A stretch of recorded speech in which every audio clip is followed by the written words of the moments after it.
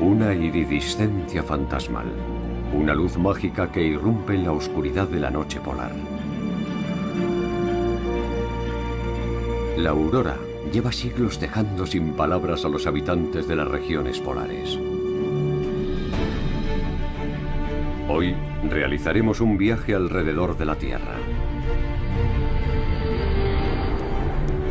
Un viaje que, partiendo de antiguos mitos y leyendas que aún perviven, se adentrará en las investigaciones científicas de este grandioso espectáculo natural.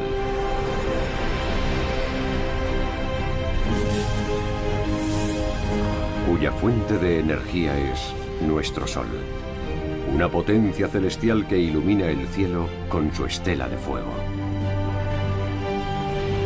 Aurora. Llamaradas en el cielo.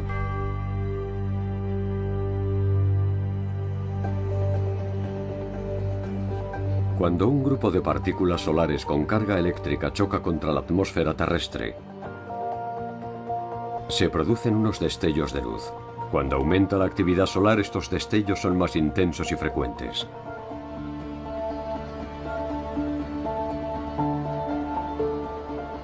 Incluso los investigadores más experimentados no dejan de asombrarse. La aurora es un fenómeno natural espectacular que despierta nuestra curiosidad. Cualquiera que la contemple querrá conocer en detalle su historia y sus características. Me entristeció pensar que quizá nunca volvería a ver aquellos colores y movimientos tan hermosos. Aún no se ha creado una lente capaz de recoger tanta belleza.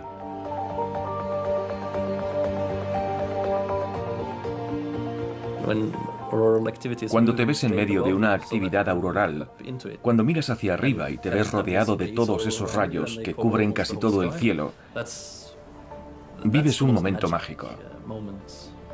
Por mucha experiencia que tenga, no hay científico que no se asombre ante algo así. Este fascinante fenómeno dio pie a un sinfín de leyendas y despertó el interés de los científicos. El primer tramo de nuestro viaje siguiendo la estela de la aurora nos lleva a lo más alto del globo. Allí donde el círculo polar ártico se cruza con la costa oriental de Groenlandia, se encuentra el pueblo de Tinitequila.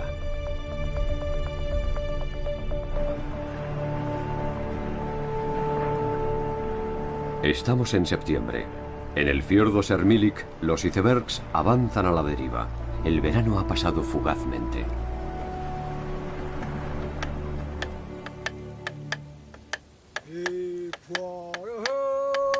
Andacuitse se ha hecho famoso por la llamada danza del tambor. Una tradición milenaria entre los inuits. Espíritus y fantasmas, dioses y demonios desempeñaron un papel destacado en su mitología. Los inuits tienen su propia interpretación de las auroras.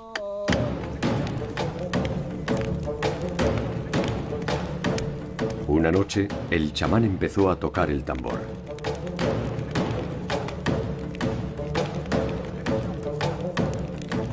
Poco después entró en trance y su alma comenzó a deambular.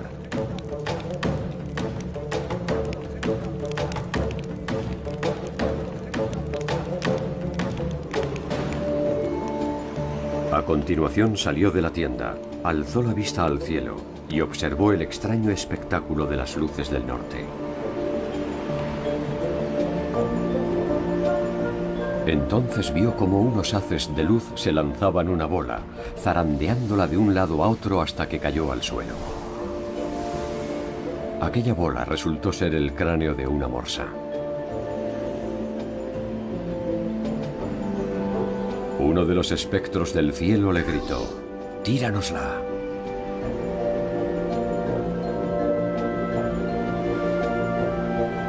El chamán la recogió y se elevó con ella hacia el cielo. Allí descubrió que aquellos seres eran espíritus que pasaban el tiempo jugando a la pelota.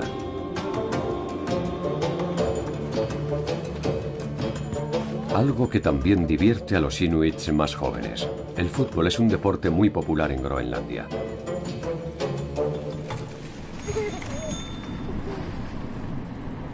En Tinitequila, en el fiordo de Sermilik, viven oficialmente 130 personas, pero en los últimos años muchos vecinos han decidido emigrar en vista de su exiguo futuro.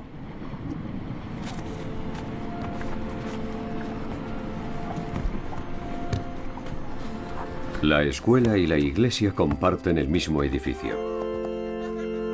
Muchos habitantes de Groenlandia son cristianos practicantes, como Boas Jonathansen, el vecino más anciano del pueblo.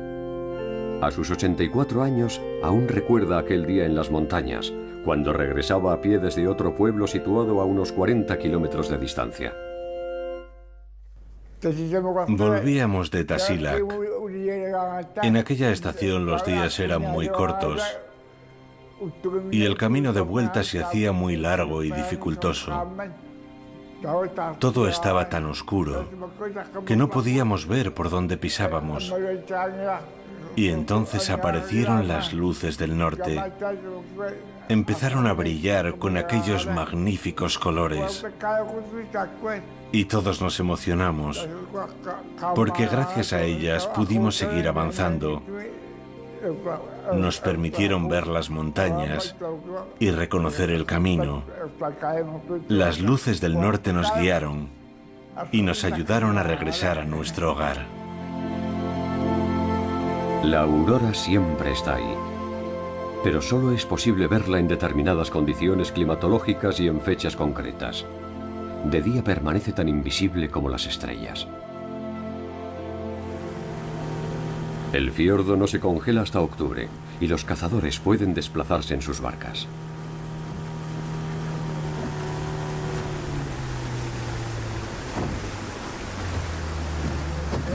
Gert Ignatiusen ha salido a cazar focas. Algo que requiere mucha paciencia.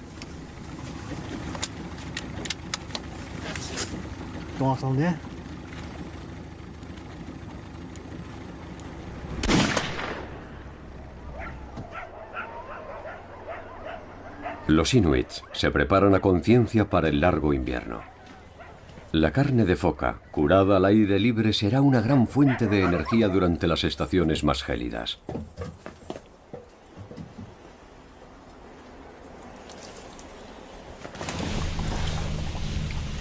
Los días son cada vez más cortos.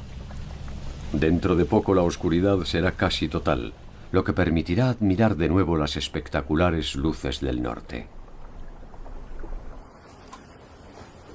Gert tiene una nueva afición favorita. Desde su más tierna infancia, hace ya casi medio siglo, ha visto un sinfín de veces las luces de la aurora. Incluso llegó un momento en que, como la mayoría de los inuits, dejó de prestarles atención.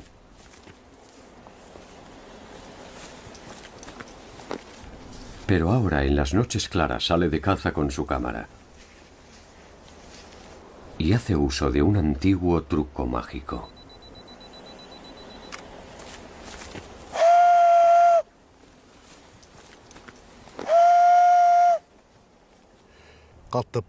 Emito este sonido para atraer a las luces del norte. Cuando soplas, parece que las luces se acercan. Desde que descubrí la fotografía, este maravilloso espectáculo de luces me resulta cada vez más apasionante.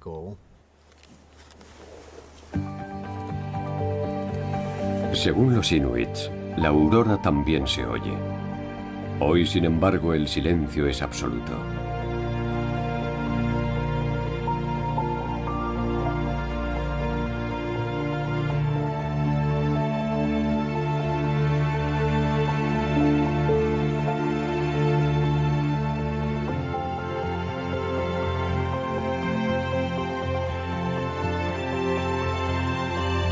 Al cabo de varias horas su actividad empieza a perder intensidad. Desde el este de Groenlandia nos dirigimos al norte de Noruega.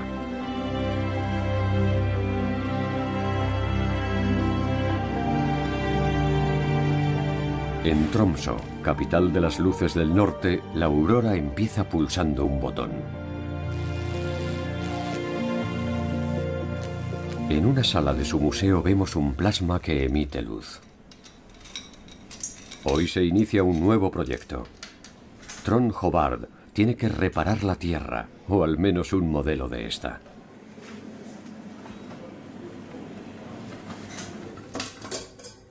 Bautizada como Terrela, esta esfera metálica con imanes en su interior es una simulación del campo magnético de la Tierra.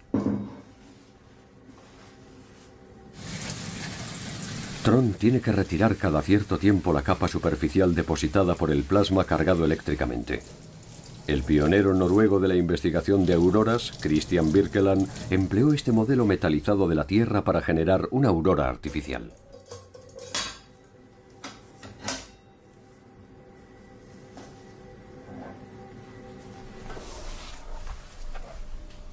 El peruano César de la Hoz trabaja como investigador de auroras en la Universidad de Tromsø.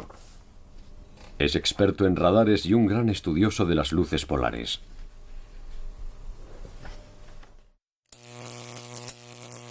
En esta cámara de vacío, un electrodo emite iones. Los imanes de la Terrela hacen que el plasma resultante adquiera la forma de anillos, creando auroras boreales y australes.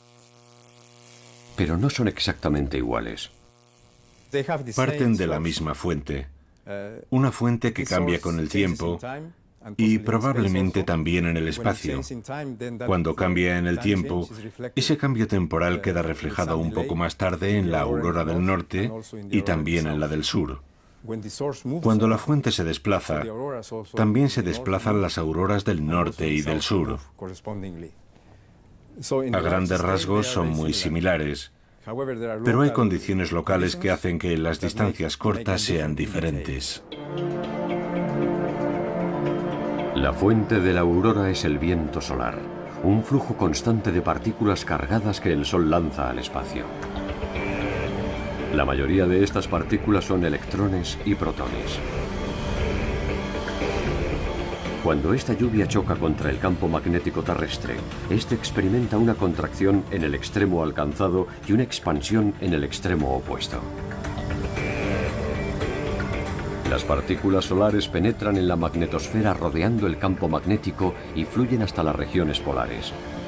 Si van cargadas de suficiente energía, chocan contra los átomos de la atmósfera, haciendo que estos emitan luz. Los átomos de oxígeno emiten una luz rojiza a unos 200 kilómetros de altitud y una luz más bien verdosa a niveles más bajos.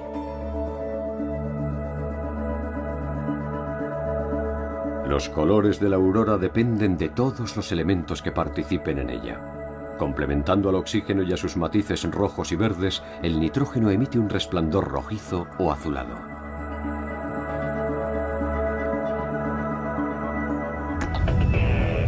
La estructura del campo magnético está sujeta a variaciones espontáneas que catapultan partículas a las regiones polares.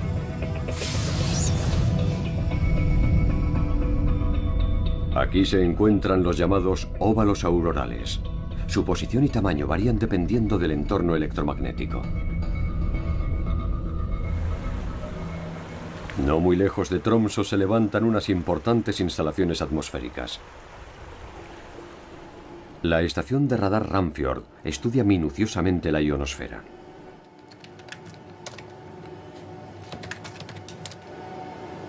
A partir de los 50 kilómetros de altitud, la atmósfera va aumentando su contenido de iones y electrones libres, lo que crea flujos de corrientes eléctricas en las capas externas. Desde la Tierra, los científicos envían señales de radar que impactan contra los electrones de la ionosfera.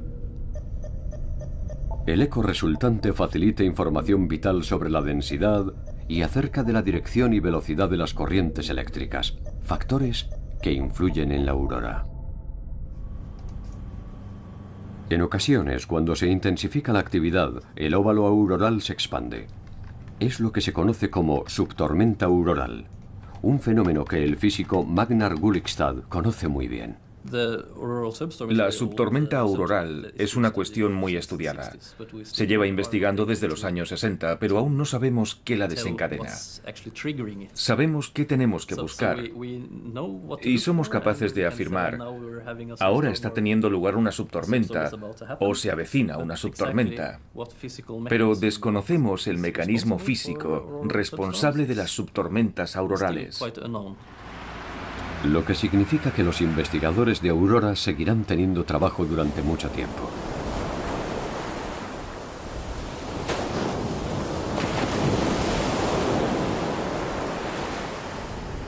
La isla de Arnøy, a 60 kilómetros al noreste de Tromsø, es un pasto estival para renos. Allí pasan los veranos entre 3.000 y 4.000 ejemplares. Este rebaño pertenece a la familia de May Toril Siri y a su marido Nils Johan. Ambos son samis.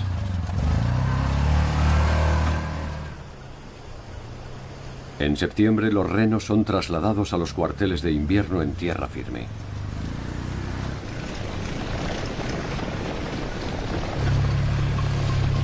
Los samis llevan siglos criando renos. A pesar de ciertos avances en su modo de vida, siguen íntimamente ligados a la naturaleza. Y las luces del norte tienen mucho que ver. Ver las luces del norte es un indicio de que el clima va a empeorar. Su aparición indica que va a cambiar el tiempo. Solemos decir que la luz del norte es una luz que susurra. Cuando estas luces aparecen en el cielo, puedes oír un sonido característico que anuncia que el tiempo va a empeorar.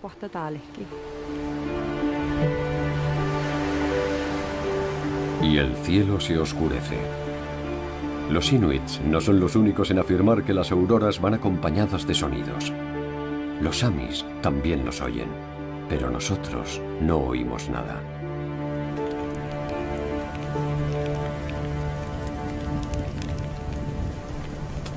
Al caer la noche, May Toril y Nils Johan se disponen a descansar.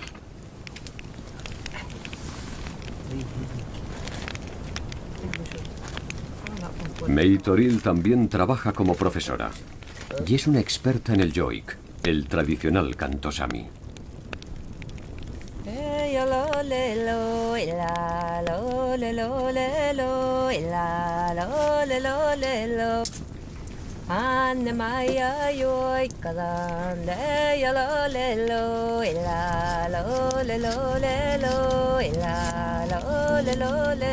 May Toril conoce muchas canciones sobre las luces del norte. Esta historia trata de dos hermanos que tenían que cuidar de un rebaño de renos. Una mañana, los dos hermanos salieron de su tienda y se dirigieron al lugar donde pacía el rebaño. El sol se levantó y el hermano pequeño empezó a reírse de él. Su hermano le advirtió de que no lo hiciera, pero el pequeño no le hizo caso. El sol se escondió tras unas densas nubes y se desató una terrible tormenta.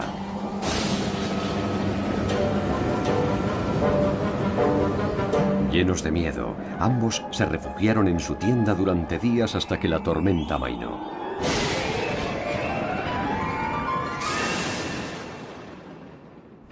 Cuando el tiempo se tranquilizó, la luna iluminó el firmamento. Pero el insolente hermano pequeño también se rió de ella. Inmediatamente una capa de hielo cubrió la tierra. Una vez más, los hermanos permanecieron recluidos varios días en la tienda, tiritando de frío y de miedo.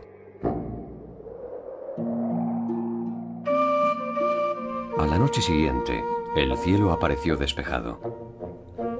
El hermano pequeño salió de la tienda y, sin haber aprendido la lección, se burló de las luces del norte.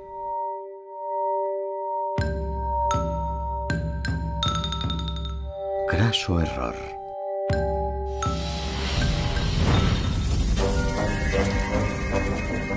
Su hermano mayor corrió a buscarlo. Pero solo encontró un montón de cenizas. Las luces del norte habían castigado duramente a aquel niño insolente. Para los samis, las luces del norte son sus antepasados y deben ser tratadas con respeto y admiración. La admiración y el miedo también eran reacciones habituales en Europa Central. Allí, debido a la forma del campo magnético terrestre, la aurora aparece a altitudes mayores y por lo tanto suele ser roja. Los cuadros del siglo XVI representaban a las llamas y velas como la razón del color rojizo del cielo.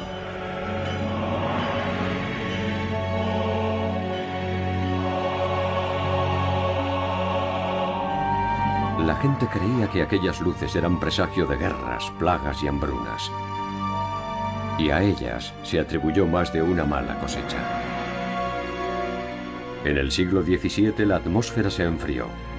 Esta pequeña edad de hielo vino acompañada de una actividad solar extremadamente baja.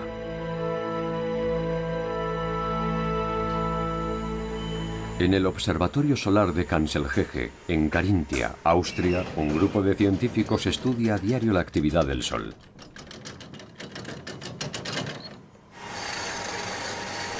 Todas sus observaciones son anotadas minuciosamente. Los investigadores marcan las manchas solares una por una. A pesar de que el observatorio emplea cámaras informatizadas, estos registros manuales son muy útiles. En condiciones difíciles de visión no hay mejor herramienta que el ojo humano. Las manchas solares son zonas de la superficie solar en las que la temperatura es menor. Su número varía cada 11 años e indica el grado de actividad del Sol. En las fases más tranquilas no se divisa ninguna.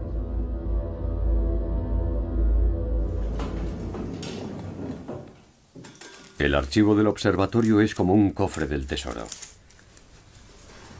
Un registro que desde hace casi 8 décadas se ha enriquecido de forma ininterrumpida. Las fotografías son digitalizadas y archivadas, y los resultados de los estudios son enviados a Bruselas, al Centro Mundial de Datos del Índice de Manchas Solares. La temperatura media de la superficie solar es de 6.000 grados. Las manchas solares están a 5.000 grados y son provocadas por cambios en el campo magnético solar. 3, 2, 1, 0. Ignición y despegue. 11 de febrero de 2010. Un cohete Atlas despega del Observatorio de Dinámica Solar de la NASA. Su objetivo será la observación del Sol.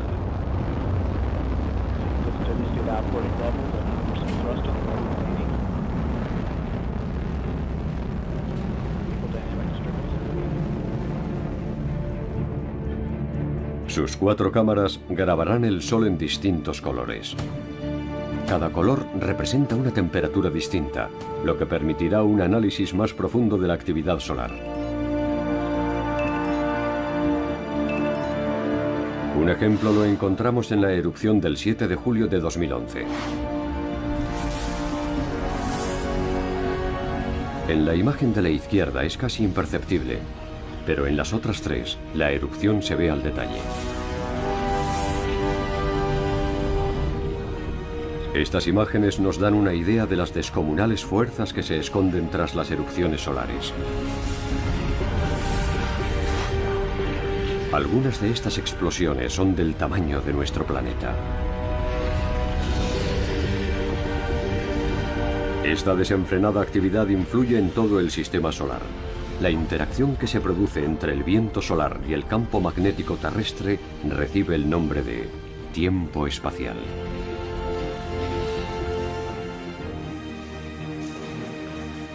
En el Real Observatorio de Bruselas, Eva Robrecht prepara su informe. Esta física solar combina datos diarios del Sol con la actividad magnética terrestre para elaborar una predicción del tiempo espacial. Un servicio de vital interés para proveedores de energía y servicios de satélites.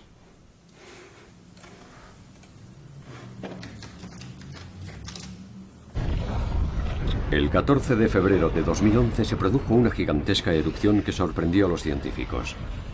Aquellas llamaradas eran las primeras del nuevo ciclo de manchas solares. Ahora vamos a ver la superficie del Sol, donde mediremos el campo magnético. Aquí la tenemos. Unos días antes de aquella erupción no observamos nada inusual y por esa razón nos sorprendimos tanto. Lo que vemos aquí son las mediciones del campo magnético. El blanco significa campo magnético positivo y el negro campo magnético negativo. La imagen en movimiento nos muestra que esta región activa se desarrolló muy rápido. En tan solo 4 días se volvió muy compleja. Una región activa compleja es una región en la que las manchas blancas y negras no están perfectamente separadas. El campo magnético presenta una configuración enmarañada, lo que explica unas llamaradas tan activas. Y la actividad solar va en aumento. Desde que se produjo esta primera erupción, se han registrado otras muchas.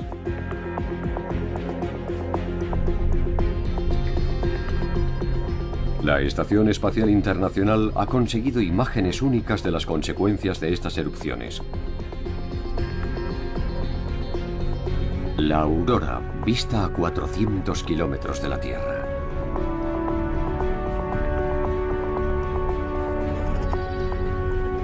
Satélites de investigación como el CEMIS de la NASA o su versión europea, el Cluster, miden la influencia del viento solar en el campo magnético de la Tierra. Su objetivo es mejorar la predicción del tiempo espacial. Y la aurora es una manifestación visible del tiempo espacial. Este es el ESOC, el Centro Europeo de Operaciones Espaciales en Darmstadt, Alemania. En la sala de control de la misión Cluster está a punto de iniciarse una transferencia de datos desde la órbita de la Tierra. Los satélites suelen sufrir daños a causa del tormentoso tiempo espacial, como nos explica Paolo Ferri, jefe de la División de Operaciones de las Misiones Solares y Planetarias. Hace no mucho, una de nuestras sondas, que estaba girando alrededor de Venus, recibió el impacto de una gran llamarada solar. Algo inesperado, porque las llamaradas suelen seguir una trayectoria definida, y en vez de venir hacia la Tierra, se dirigieron hacia Venus. La sonda quedó cegada y perdió casi por completo el control de altitud. Tardamos 20 horas en recuperar los sensores solares y en conseguir que estuviera plenamente operativa. De haber tardado 16 horas más, los daños habrían sido enormes, porque habría perdido la orientación hacia la Tierra. Habríamos perdido el contacto y la capacidad de obtener energía solar por medio de los paneles solares. Podríamos haber llegado a perder la nave.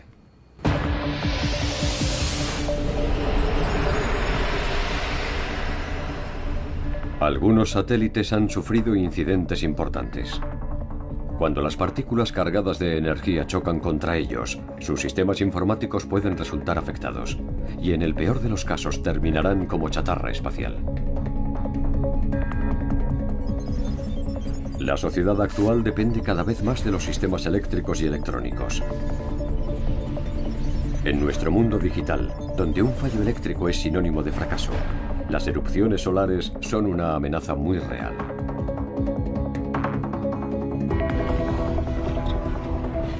A principios de 2011, un estudio encargado por la OCDE advirtió de las consecuencias que tendrían las tormentas geomagnéticas provocadas por erupciones solares.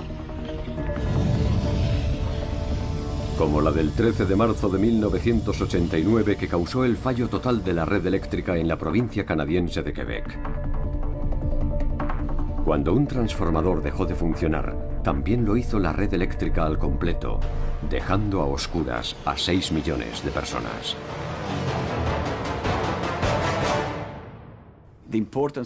Conseguir unas predicciones fiables no solo es importante para que salten las alarmas antes de que llegue la tormenta, sino también para evitar muchas falsas alarmas, ya que estas también tienen un impacto económico.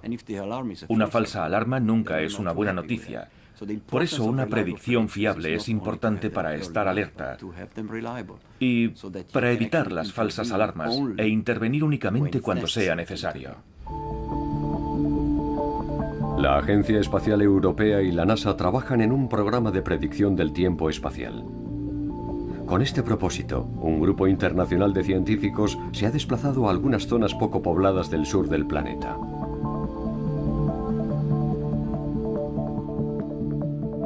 Aparte de la Antártida, el lugar donde mejor se ven las luces del sur es Nueva Zelanda.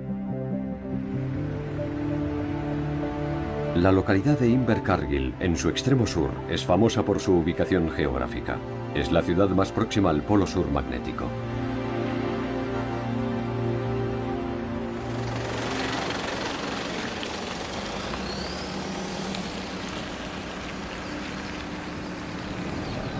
John Devlin, de la Universidad Melbourne La Trobe, acude a una emergencia. Estamos a mediados de julio y la Tierra está anegada por las continuas lluvias del invierno del sur.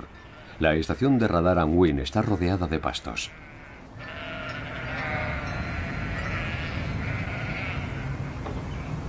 Esta estación y otra situada en Tasmania son gestionadas vía control remoto desde Melbourne. En ella se estudia la ionosfera y el tiempo espacial. Una de las torres ha sido alcanzada por un rayo y un ingeniero se dispone a comprobar los daños.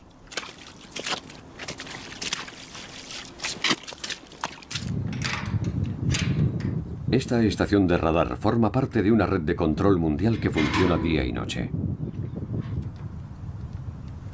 Arreglado. Unwin, una de las 24 estaciones del proyecto SuperDARN, mide continuamente las corrientes eléctricas de la ionosfera.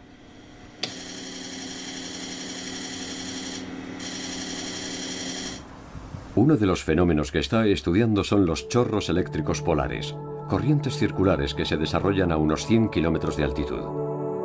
Durante las grandes variaciones en el campo magnético terrestre alcanzan picos de 1.000.000 de amperios. En esos momentos, su luz se expande suavemente hacia el ecuador.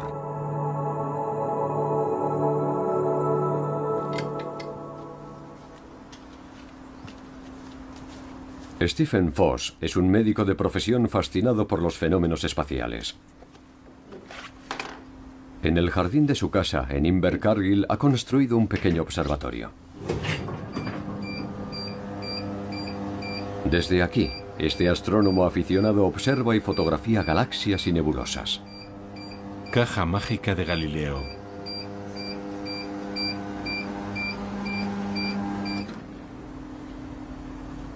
Pero lo que más apasiona a Stephen es la luz polar, y en Internet consigue todos los datos que necesita.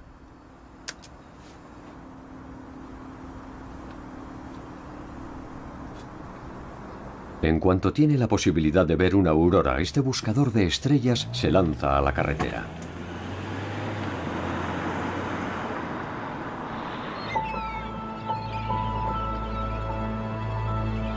A lo largo de los años ha ido descubriendo emplazamientos óptimos en los que sentarse a esperar.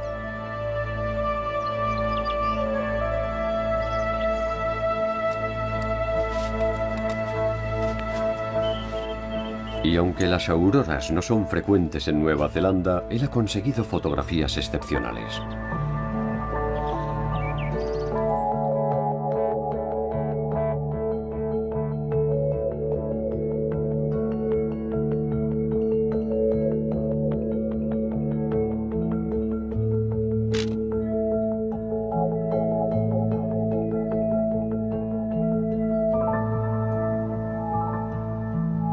Para Stephen Foss, la luz polar tiene un atractivo misterioso.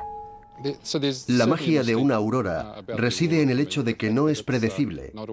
Con nuestros conocimientos científicos podemos estudiar el viento solar e intentar predecir dónde es probable que vaya a aparecer una aurora. A veces aciertas y a veces no. No es una ciencia exacta. Pero eso es precisamente lo que las hace especiales. El hecho de que a veces te pases 3 horas y no veas nada y que otras veces veas un despliegue maravilloso en un corto espacio de tiempo. No hay 2 auroras iguales, ni 2 fotografías de auroras iguales, y eso le da mucha emoción. Cuando me siento a esperar con mi cámara nunca sé lo que me voy a encontrar. Las luces del norte aparecen sobre zonas muy pobladas y son vistas por mucha gente. Pero hay pocos testigos de las luces del sur.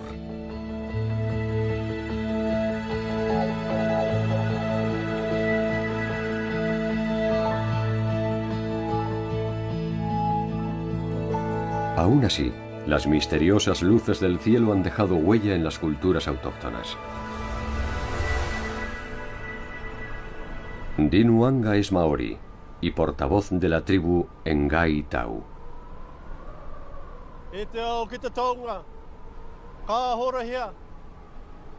En Motopujua, una colina que los maoríes consideran sagrada, Din lleva a cabo una karakia, una súplica ritual a la naturaleza.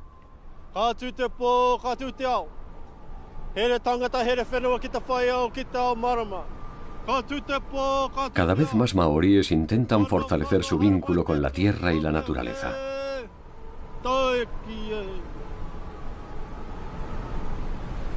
Los maoríes también saben muchas historias sobre la aurora. Una de ellas habla de Tamarereti, el descubridor que surcó el océano en una canoa para contemplar las luces del sur. En este centro cultural maorí, en la base de la colina, algunos maraes, hermosas esculturas de madera, nos hablan de aquella legendaria aventura.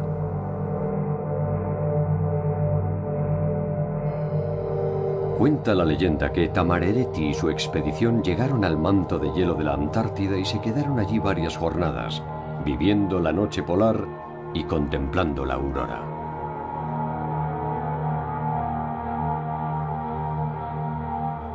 Pero en el viaje de vuelta su embarcación se hundió cerca de la costa y toda la expedición pereció, excepto 2 hombres que sobrevivieron para contar esta historia. Sin embargo, existen otros vínculos entre los maoríes y las auroras australes. Las tribus del norte hablan de otra historia.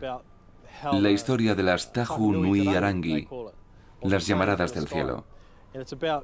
Tiene que ver con el primer maorí que llegó a Nueva Zelanda. Algunos wakas se asentaron en la isla del norte, Te Ika Amawi, y otros vinieron a la isla del sur, Te Waipounamu, que es esta tierra. Los demás prefirieron seguir hacia el sur para ver qué encontraban.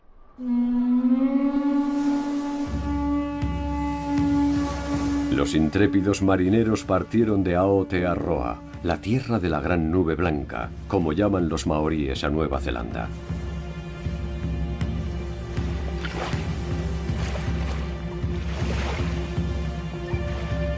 Sus familias y amigos se quedaron en tierra firme, observando cómo la canoa se adentraba en aguas desconocidas.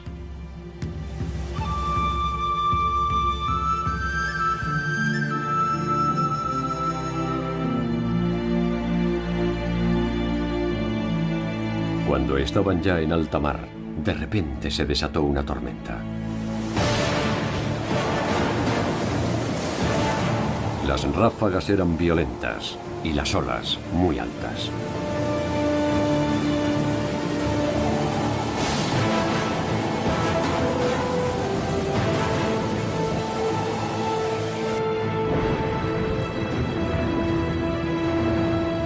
Por fin, los marineros avistaron tierra firme en el horizonte y, sacando fuerzas de flaqueza, alcanzaron la orilla.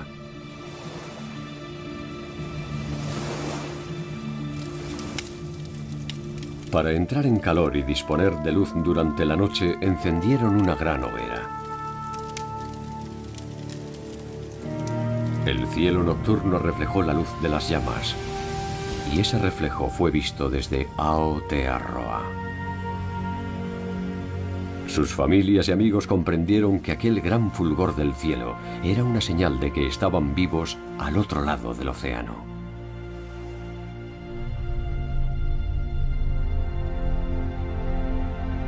En el otro extremo del Pacífico corre la leyenda de unos apuestos individuos con el pelo ensortijado que llegaron en canoa hace mucho tiempo.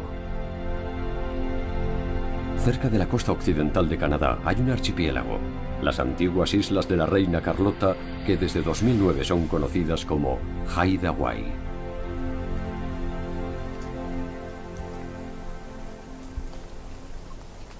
Es posible que los emigrantes polinesios arribaran en su día a estas místicas tierras de bosques tropicales. James Selford es maorí. Hace 20 años se mudó de Nueva Zelanda a Haida Gwaii. Estas islas toman el nombre de la tribu Haida, que llevaba más de 10.000 años viviendo aquí.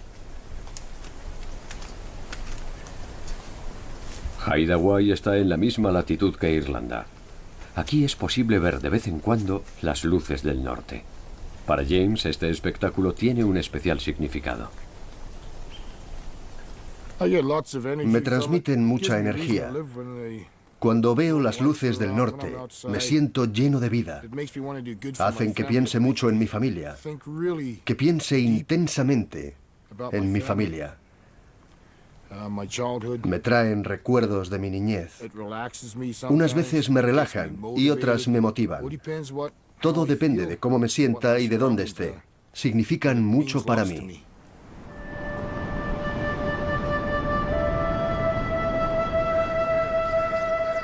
Los árboles y el océano son los elementos más definitorios de Haida-Gwaii. Los densos bosques son un recurso muy valioso para sus habitantes.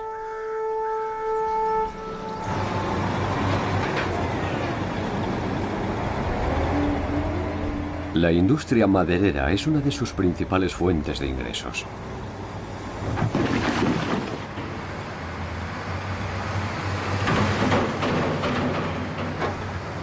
James solía trabajar como leñador. En la actualidad conduce uno de los enormes camiones que transportan los troncos hasta puertos y aserraderos. La carga llega a alcanzar las 150 toneladas.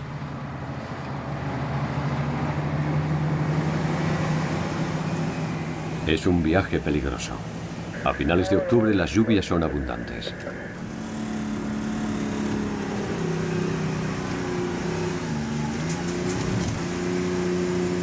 En este estrecho camino forestal, la única vía de acceso a la zona boscosa, los accidentes son habituales.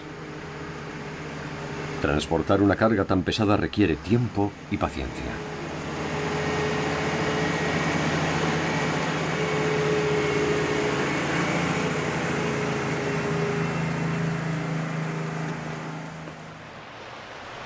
En la cultura Haida la madera siempre ha tenido un papel destacado. Los Haida no tienen alfabeto y han perpetuado su historia a través de la tradición oral y las tallas de madera.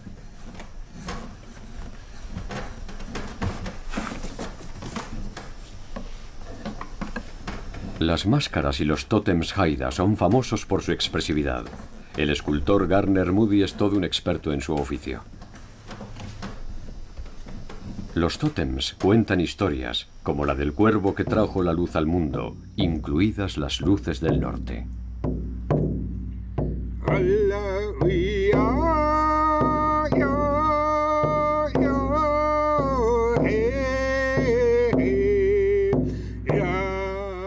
Guyau es presidente de la nación Haida, el líder político de su pueblo. Su nombre significa tambor. Los Haida llevan ya un tiempo fomentando con éxito sus ricas tradiciones culturales. La existencia de lo sobrenatural y las diferentes formas en las que se manifiesta ante nosotros constituyen una parte importante de nuestro día a día. Lo vemos a diario, en los arcoíris, en las luces del norte, en el océano y en las criaturas tan dispares con las que compartimos la tierra. El paisaje de Haida-Gwaii es un reflejo de la calidad de su entorno natural y del apego que sus habitantes sienten hacia él. A pesar de que los Haida no viven en el Ártico, mantienen un fuerte vínculo con las luces del norte.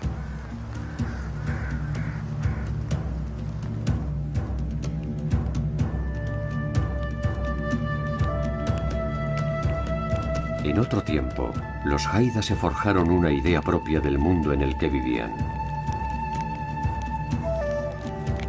Los ancianos afirmaban que el cielo era una especie de cuenco invertido hecho de piel, como los refugios que habitaban.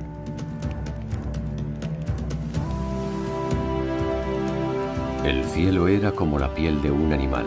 Si bien ha caído en el olvido, ¿de qué animal se trataba? Noche tras noche, esta piel se cernía sobre la tierra y la oscurecía. Las estrellas eran pequeños orificios en la piel, a través de los cuales veían titilar la luz del sol.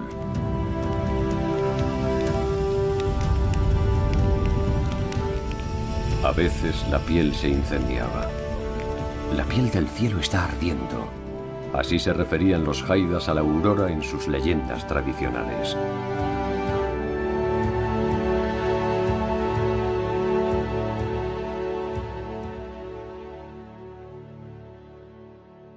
Gran parte del saber atesorado por los haidas ha caído ya en el olvido. Una de las personas que tratan de conservar la lengua haida es Diane Brown. Ella también tiene un vínculo personal con las auroras. Una semana antes de que naciera mi primera nieta, mi hija soñó que había ido a visitar a una amiga y que estaban sentadas en el porche al anochecer. En cierto momento se quedaba sola y el cielo resplandecía de repente, iluminado por las luces del norte. Entonces llamaba a su amiga y le decía: «Ven a ver el cielo, está cubierto de luces del norte». Pues bien, una semana más tarde, la noche en la que nació mi nieta, todo el cielo, desde Skidegate a Narrows, pasando por las islas de la Reina Carlota, se tiñó de colores rojizos, verdosos y azulados, inundado por las fascinantes luces del norte. Quien haya visto una aurora de tal intensidad nunca podrá olvidar la experiencia.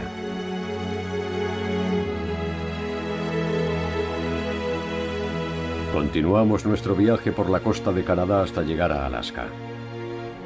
En los alrededores de Fairbanks encontramos algunos de los más importantes centros de investigación de auroras.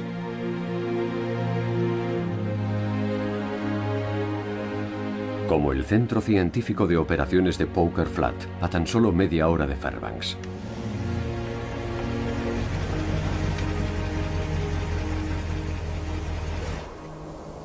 Donald Hampton trabaja para el Instituto Geofísico de la Universidad de Alaska.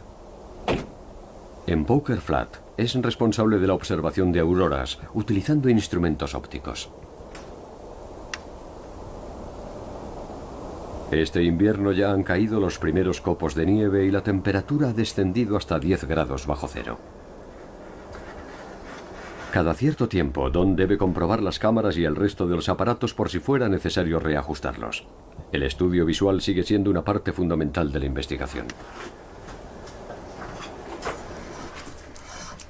En combinación con los datos obtenidos por radares y satélites, el estudio óptico contribuye a forjar una imagen completa de cada aurora.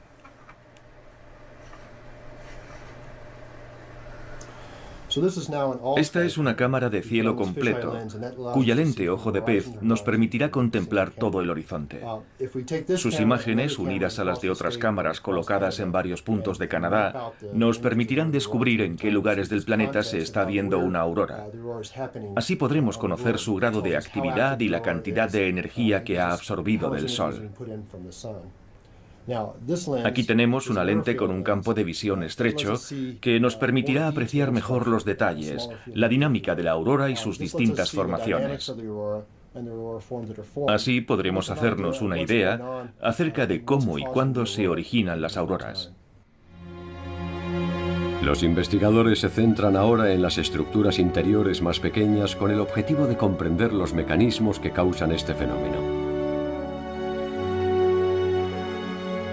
Sin embargo, no es tan solo un fenómeno visual.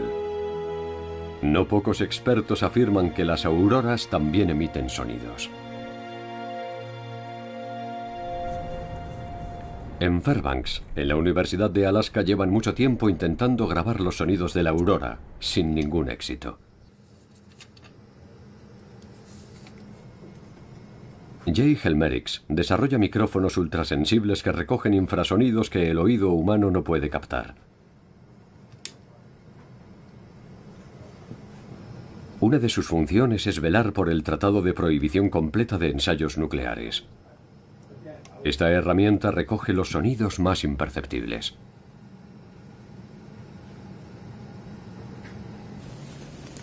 El físico Charles Wilson lleva décadas estudiando los infrasonidos y ha descubierto que, efectivamente, la aurora emite ondas de sonido, inaudibles para el oído humano. En este puesto de escucha, situado cerca de la universidad, ha registrado esas ondas infrasónicas.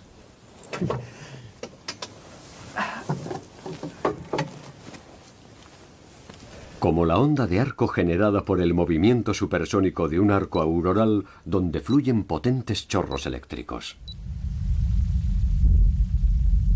Los infrasonidos aurorales pasan a ser perceptibles para el oído humano al acelerar 2000 veces la señal recogida.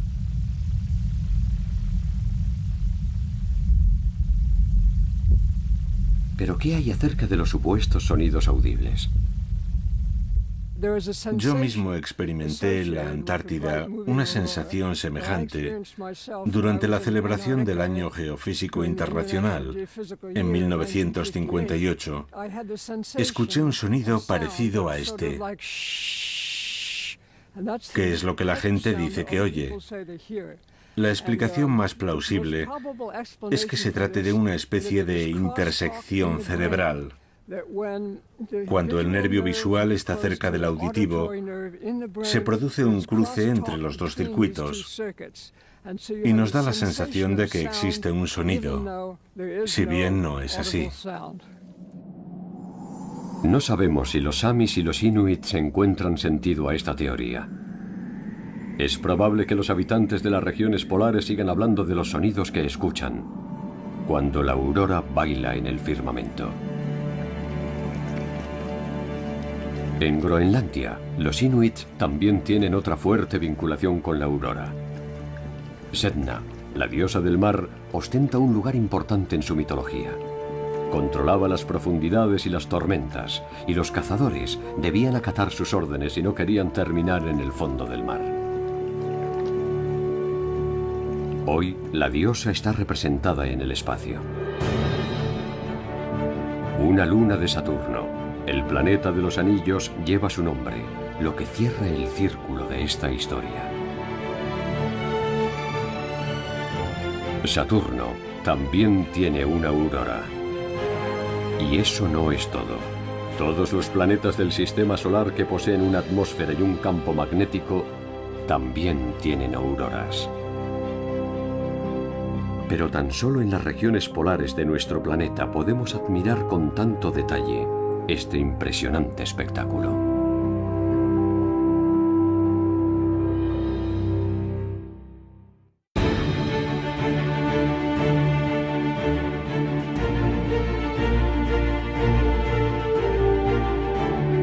Del este de Groenlandia nos dirigimos al norte de Noruega.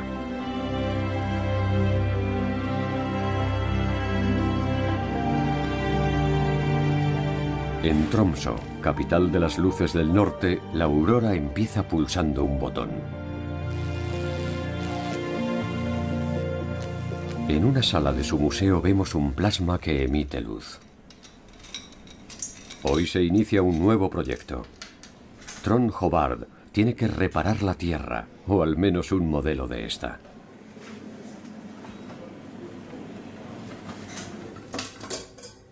Bautizada como Terrela, esta esfera metálica con imanes en su interior es una simulación del campo magnético de la Tierra. Trond tiene que retirar cada cierto tiempo la capa superficial depositada por el plasma cargado eléctricamente. El pionero noruego de la investigación de auroras, Christian Birkeland, empleó este modelo metalizado de la Tierra para generar una aurora artificial.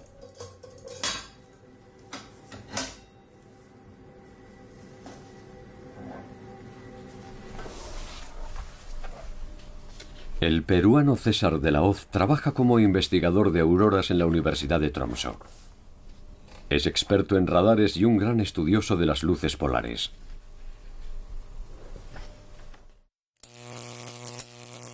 En esta cámara de vacío, un electrodo emite iones. Los imanes de la Terrela hacen que el plasma resultante adquiera la forma de anillos, creando auroras boreales y australes. Pero no son exactamente iguales. Parten de la misma fuente, una fuente que cambia con el tiempo y probablemente también en el espacio. Cuando cambia en el tiempo, ese cambio temporal queda reflejado un poco más tarde en la aurora del norte y también en la del sur. Cuando la fuente se desplaza, también se desplazan las auroras del norte y del sur. A grandes rasgos son muy similares, pero hay condiciones locales que hacen que las distancias cortas sean diferentes. La fuente de la aurora es el viento solar, un flujo constante de partículas cargadas que el Sol lanza al espacio. La mayoría de estas partículas son electrones y protones. Cuando esta lluvia choca contra el campo magnético terrestre, este experimenta una contracción en el extremo alcanzado y una expansión en el extremo opuesto. Las partículas solares penetran en la magnetosfera rodeando el campo magnético y fluyen hasta las regiones polares. Si van cargadas de suficiente energía, habituales en Europa Central. Allí, debido a la forma del campo magnético terrestre, la aurora aparece a altitudes mayores y por lo tanto suele ser roja. Los cuadros del siglo XVI representaban a las llamas y velas como la razón del color rojizo del cielo.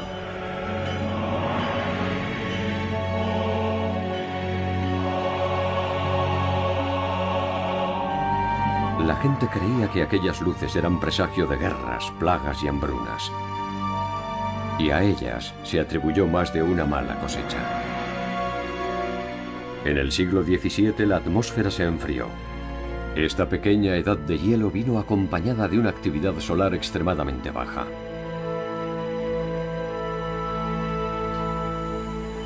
En el Observatorio Solar de Kanzelhege, en Carintia, Austria, un grupo de científicos estudia a diario la actividad del Sol.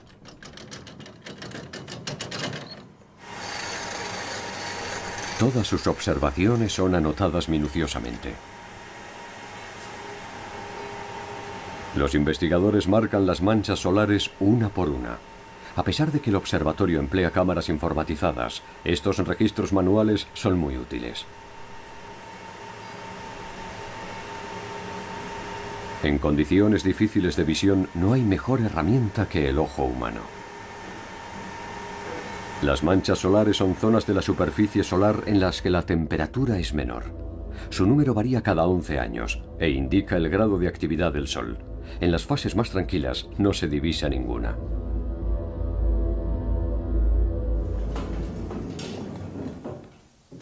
El archivo del observatorio es como un cofre del tesoro.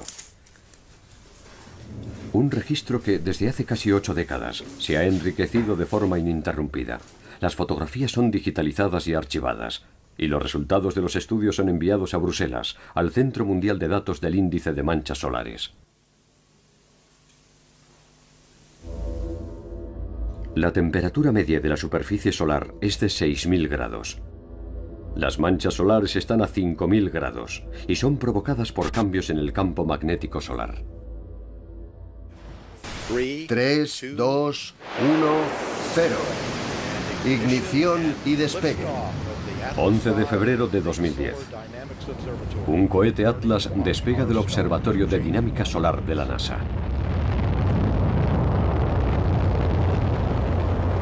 Su objetivo será la observación del Sol.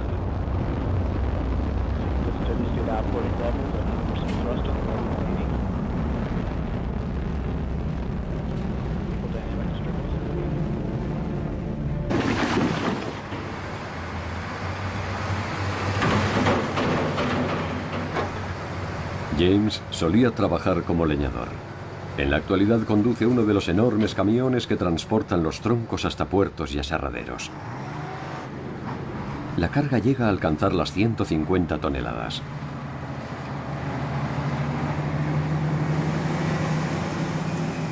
Es un viaje peligroso. A finales de octubre las lluvias son abundantes.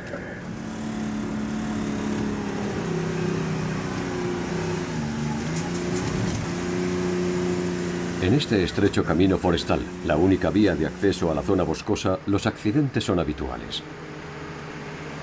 Transportar una carga tan pesada requiere tiempo y paciencia.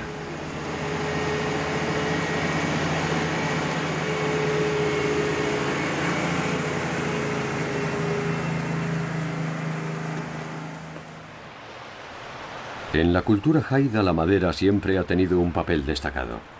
Los Haida no tienen alfabeto y han perpetuado su historia a través de la tradición oral y las tallas de madera.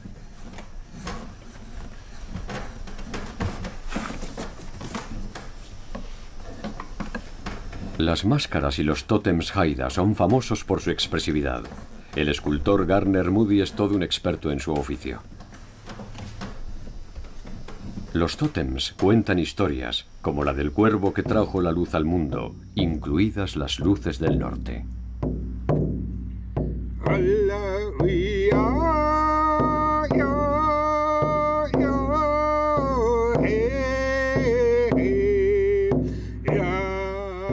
Buyau es presidente de la nación Haida, el líder político de su pueblo. Su nombre significa tambor. Los Haida llevan ya un tiempo fomentando con éxito sus ricas tradiciones culturales. La existencia de lo sobrenatural y las diferentes formas en las que se manifiesta ante nosotros constituyen una parte importante de nuestro día a día. Lo vemos a diario, en los arcoíris, en las luces del norte, en el océano y en las criaturas tan dispares con las que compartimos la tierra. El paisaje de Haida Gwaii es un reflejo de la calidad de su entorno natural y del apego que sus habitantes sienten hacia él. A pesar de que los Haida no viven en el Ártico, mantienen un fuerte vínculo con las luces del norte.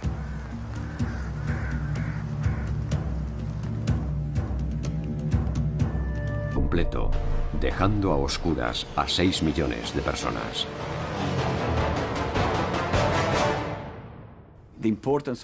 Conseguir unas predicciones fiables no solo es importante para que salten las alarmas antes de que llegue la tormenta, sino también para evitar muchas falsas alarmas, ya que éstas también tienen un impacto económico. Una falsa alarma nunca es una buena noticia. Por eso una predicción fiable es importante para estar alerta y para evitar las falsas alarmas e intervenir únicamente cuando sea necesario. La Agencia Espacial Europea y la NASA trabajan en un programa de predicción del tiempo espacial. Con este propósito, un grupo internacional de científicos se ha desplazado a algunas zonas poco pobladas del sur del planeta.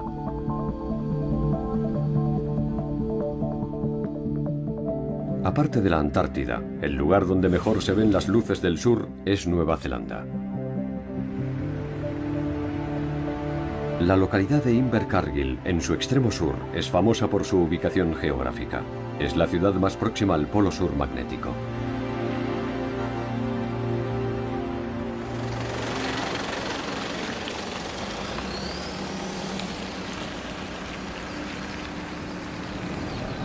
John Devlin, de la Universidad Melbourne La Trobe, acude a una emergencia. Estamos a mediados de julio y la Tierra está anegada por las continuas lluvias del invierno del sur. La estación de radar Unwin está rodeada de pastos.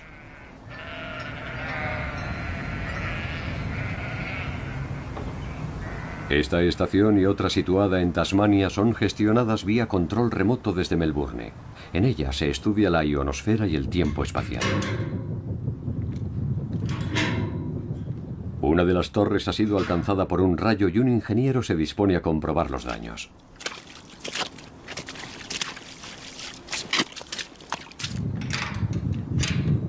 Esta estación de radar forma parte de una red de control mundial que funciona día y noche.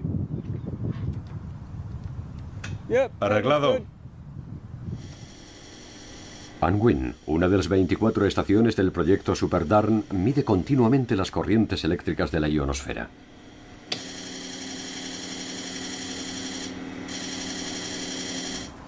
Uno de los fenómenos que está estudiando son los chorros eléctricos polares, corrientes circulares que se desarrollan a unos 100 kilómetros de altitud. Durante las grandes variaciones en el campo magnético terrestre alcanzan picos de 1 millón de amperios. En esos momentos, su luz se expande suavemente hacia el ecuador.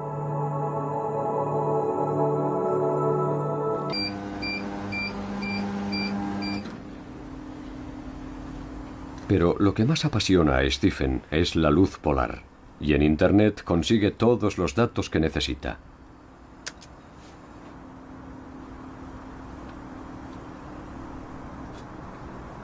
En cuanto tiene la posibilidad de ver una aurora, este buscador de estrellas se lanza a la carretera.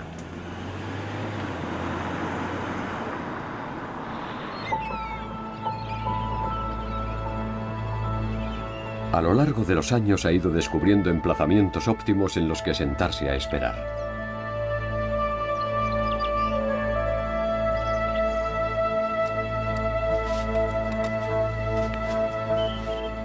Y aunque las auroras no son frecuentes en Nueva Zelanda, él ha conseguido fotografías excepcionales.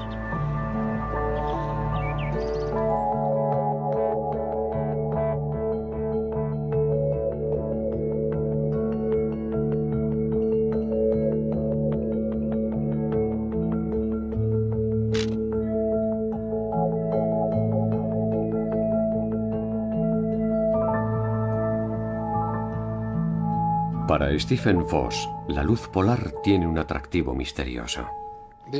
La magia de una aurora reside en el hecho de que no es predecible. Con nuestros conocimientos científicos podemos estudiar el viento solar e intentar predecir dónde es probable que vaya a aparecer una aurora. A veces aciertas y a veces no.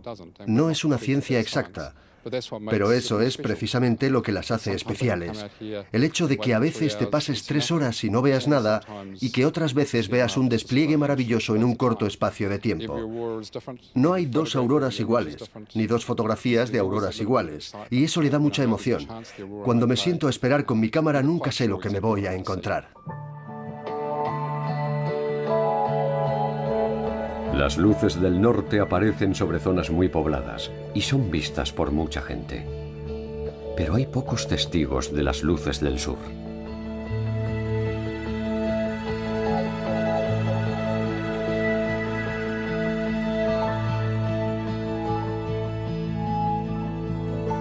Aún así, las misteriosas luces del cielo han dejado huella en las culturas autóctonas. Dinuanga es maorí y portavoz de la tribu Ngai Tau.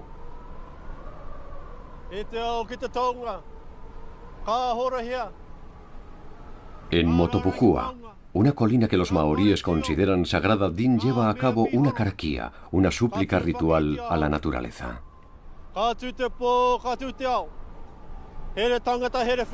Silencio es absoluto.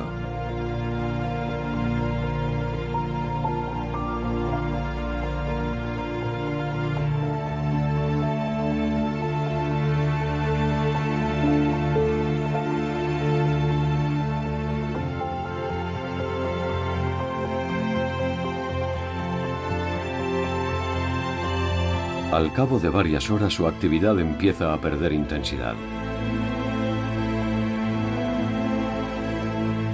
Desde el este de Groenlandia nos dirigimos al norte de Noruega.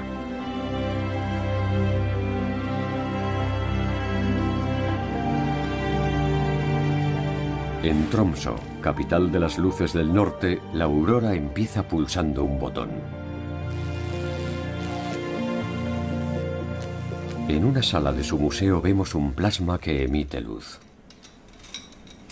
Hoy se inicia un nuevo proyecto. Trond Hobart tiene que reparar la Tierra, o al menos un modelo de esta.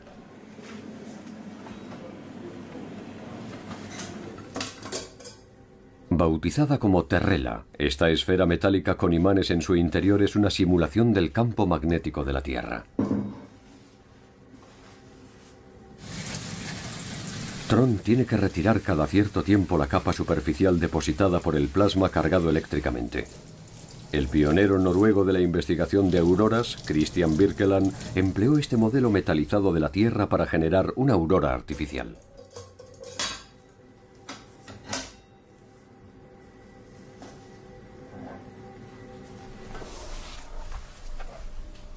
El peruano César de la Hoz trabaja como investigador de auroras en la Universidad de Tromsø.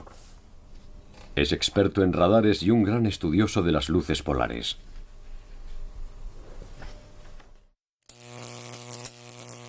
En esta cámara de vacío, un electrodo emite iones. Los imanes de la terrela hacen que el plasma resultante adquiera la forma de anillos, creando auroras boreales y australes. Pero no son exactamente iguales. Parten de la misma fuente, una fuente que cambia con el tiempo y probablemente también en el espacio. Cuando cambia en el tiempo, ese cambio temporal queda reflejado un poco más tarde en la aurora del norte y también en la del sur. Cuando la fuente se desplaza, también se desplazan las auroras del norte y del sur. A grandes rasgos son muy similares, pero hay condiciones locales que hacen que las distancias cortas sean diferentes. La fuente de la aurora es el viento solar, un flujo constante. Cuando un grupo de partículas solares con carga eléctrica choca contra la atmósfera terrestre, se producen unos destellos de luz. Cuando aumenta la actividad solar, estos destellos son más intensos y frecuentes.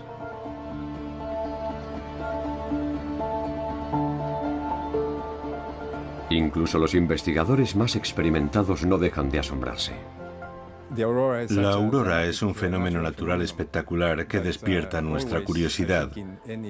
Cualquiera que la contemple querrá conocer en detalle su historia y sus características. Me entristeció pensar que quizá nunca volvería a ver aquellos colores y movimientos tan hermosos. Aún no se ha creado una lente capaz de recoger tanta belleza.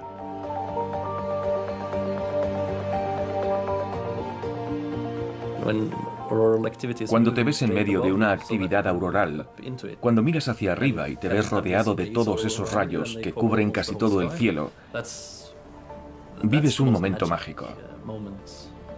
Por mucha experiencia que tenga, no hay científico que no se asombre ante algo así.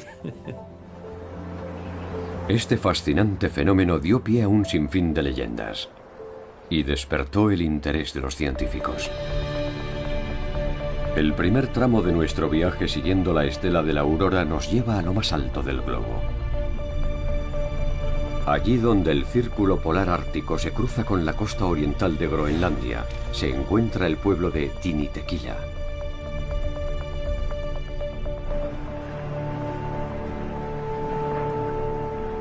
Estamos en septiembre.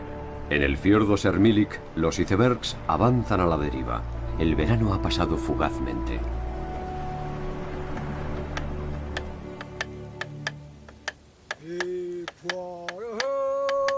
Andacuitse se ha hecho famoso por la llamada danza del tambor. Una tradición milenaria entre los inuits. Espíritus y fantasmas, dioses y demonios desempeñaron un papel destacado en su mitología. Los inuits tienen su propia interpretación de las auroras.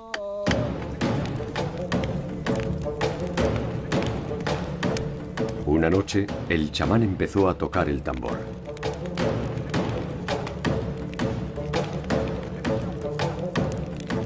Poco después entró en trance y su alma comenzó a deambular.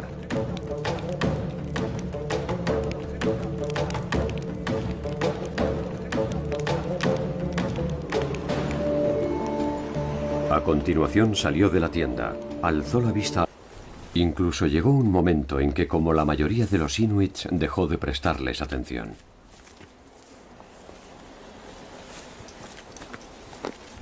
Pero ahora, en las noches claras, sale de caza con su cámara y hace uso de un antiguo truco mágico.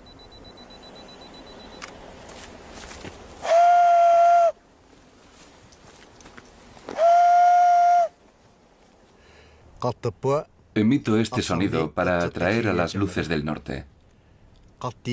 Cuando soplas, parece que las luces se acercan. Desde que descubrí la fotografía, este maravilloso espectáculo de luces me resulta cada vez más apasionante.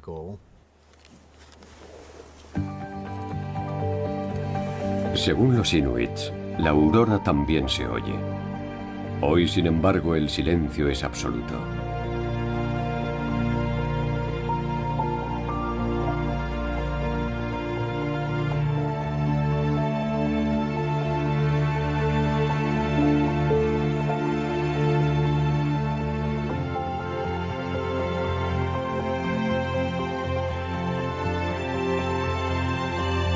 Al cabo de varias horas su actividad empieza a perder intensidad. Desde el este de Groenlandia nos dirigimos al norte de Noruega.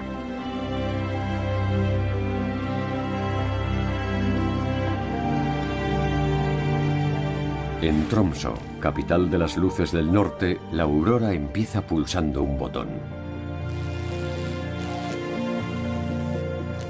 En una sala de su museo vemos un plasma que emite luz. Hoy se inicia un nuevo proyecto.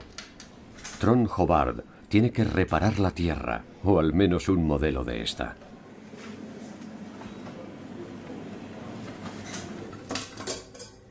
Bautizada como Terrela, esta esfera metálica con imanes en su interior es una simulación del campo magnético de la Tierra. Trond tiene que retirar cada cierto tiempo la capa superficial depositada por el plasma cargado eléctricamente. El pionero noruego de la investigación de auroras, Christian Birkeland, empleó este modelo metalizado de la Tierra para generar una aurora artificial.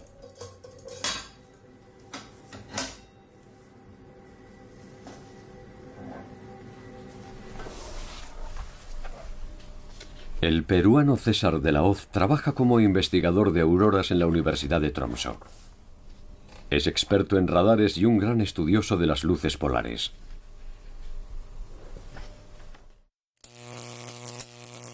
Subtormenta.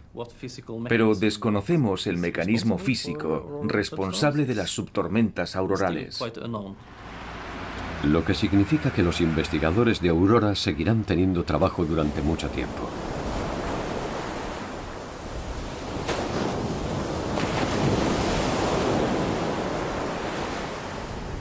La isla de Arnøy, a 60 kilómetros al noreste de Tromsø, es un pasto estival para renos. Allí pasan los veranos entre 3.000 y 4.000 ejemplares. Este rebaño pertenece a la familia de May Toril Siri y a su marido Nils Johan. Ambos son samis.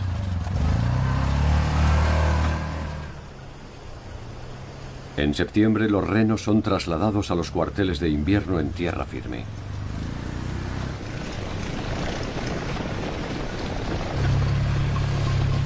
Los samis llevan siglos criando renos. A pesar de ciertos avances en su modo de vida, siguen íntimamente ligados a la naturaleza. Y las luces del norte tienen mucho que ver. Ver las luces del norte es un indicio de que el clima va a empeorar. Su aparición indica que va a cambiar el tiempo. Solemos decir que la luz del norte es una luz que susurra. Cuando estas luces aparecen en el cielo, puedes oír un sonido característico que anuncia que el tiempo va a empeorar.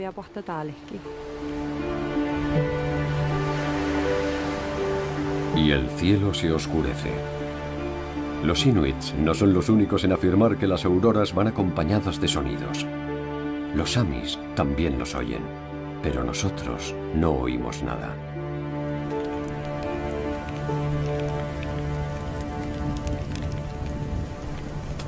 Al caer la noche, May Toril y Nils Johan se disponen a descansar.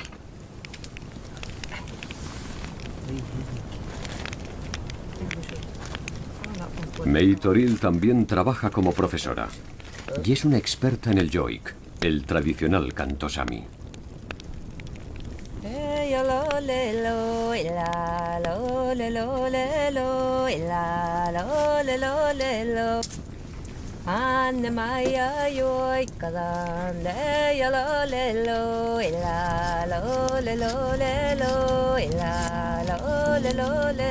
May Toril conoce muchas canciones sobre las luces del norte. Esta historia trata de dos hermanos que tenían que cuidar de un rebaño de renos.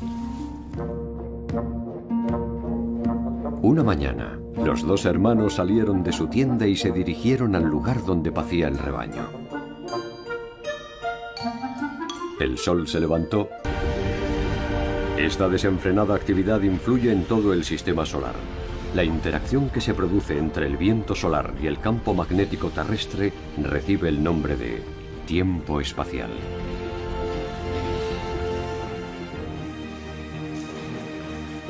En el Real Observatorio de Bruselas, Eva Robrecht prepara su informe.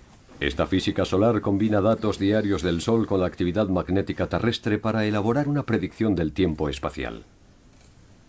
Un servicio de vital interés para proveedores de energía y servicios de satélites.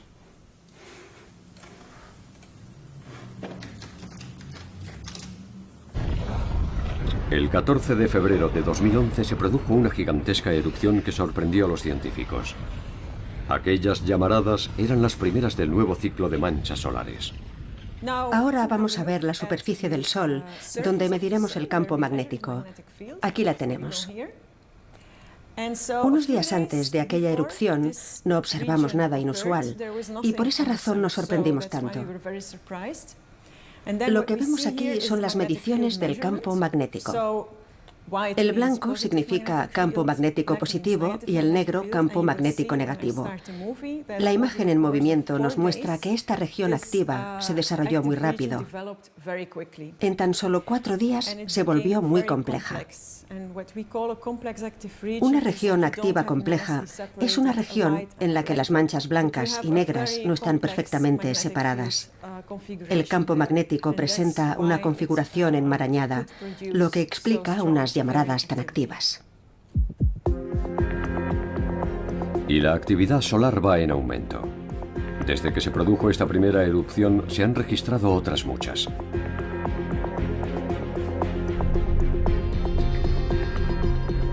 La Estación Espacial Internacional ha conseguido imágenes únicas de las consecuencias de estas erupciones. La aurora, vista a 400 kilómetros de la Tierra.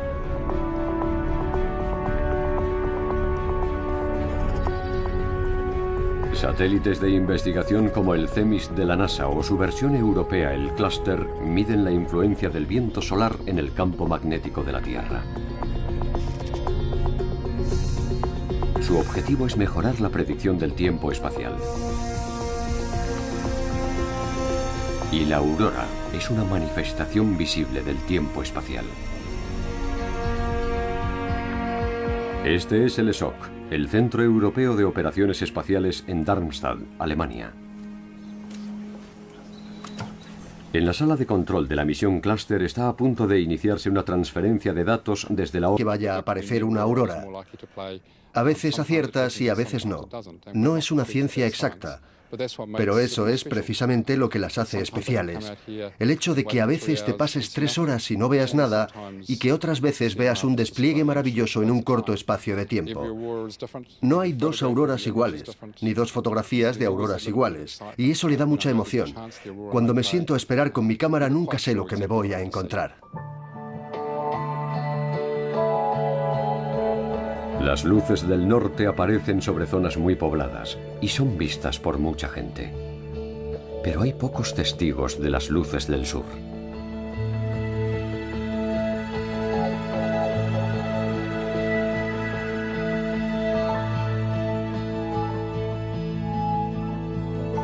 Aún así, las misteriosas luces del cielo han dejado huella en las culturas autóctonas.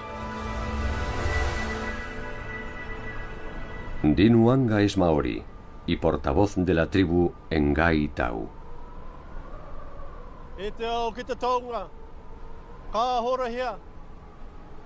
En Motopujua, una colina que los maoríes consideran sagrada, Din lleva a cabo una karakia, una súplica ritual a la naturaleza.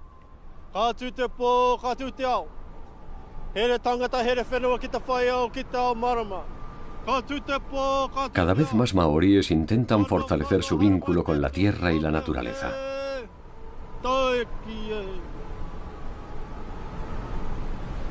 Los maoríes también saben muchas historias sobre la aurora. Una de ellas habla de Tamarereti, el descubridor que surcó el océano en una canoa para contemplar las luces del sur. En este centro cultural maorí, en la base de la colina, algunos maraes, hermosas esculturas de madera, nos hablan de aquella legendaria aventura.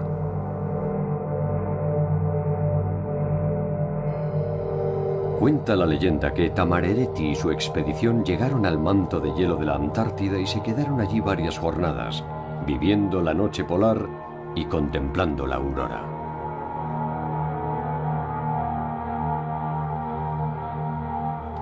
Pero en el viaje de vuelta su embarcación se hundió cerca de la costa y toda la expedición pereció, excepto 2 hombres que sobrevivieron para contar esta historia.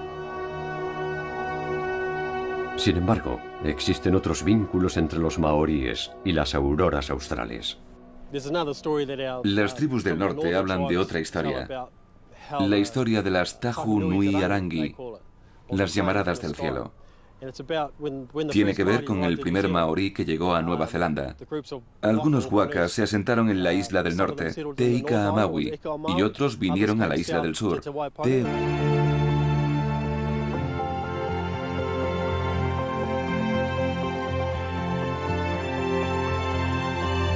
Al cabo de varias horas su actividad empieza a perder intensidad.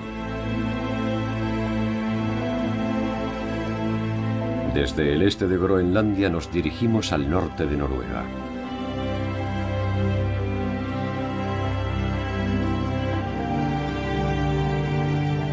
En Tromsø, capital de las luces del norte, la aurora empieza pulsando un botón. En una sala de su museo vemos un plasma que emite luz. Hoy se inicia un nuevo proyecto. Trond Hobart tiene que reparar la Tierra, o al menos un modelo de esta.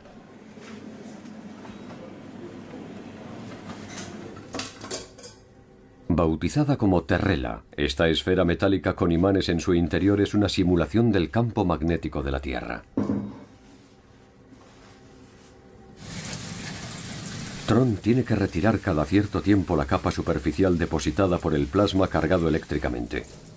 El pionero noruego de la investigación de auroras, Christian Birkeland, empleó este modelo metalizado de la Tierra para generar una aurora artificial.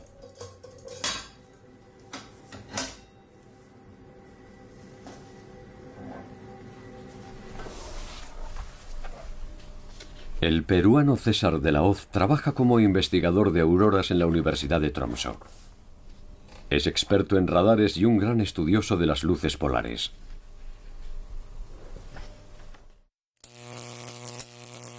En esta cámara de vacío, un electrodo emite iones. Los imanes de la Terrela hacen que el plasma resultante adquiera la forma de anillos, creando auroras boreales y australes. Pero no son exactamente iguales. Parten de la misma fuente, una fuente que cambia con el tiempo y probablemente también en el espacio. Cuando cambia en el tiempo, ese cambio temporal queda reflejado un poco más tarde en la aurora del norte y también en la del sur. Cuando la fuente se desplaza, también se desplazan las auroras del norte y del sur. A grandes rasgos son muy similares, pero hay condiciones locales que hacen que las distancias cortas sean diferentes. La fuente de la aurora es el viento solar, un flujo constante de partículas cargadas que el Sol lanza al espacio. La mayoría de estas partículas son electrones y protones.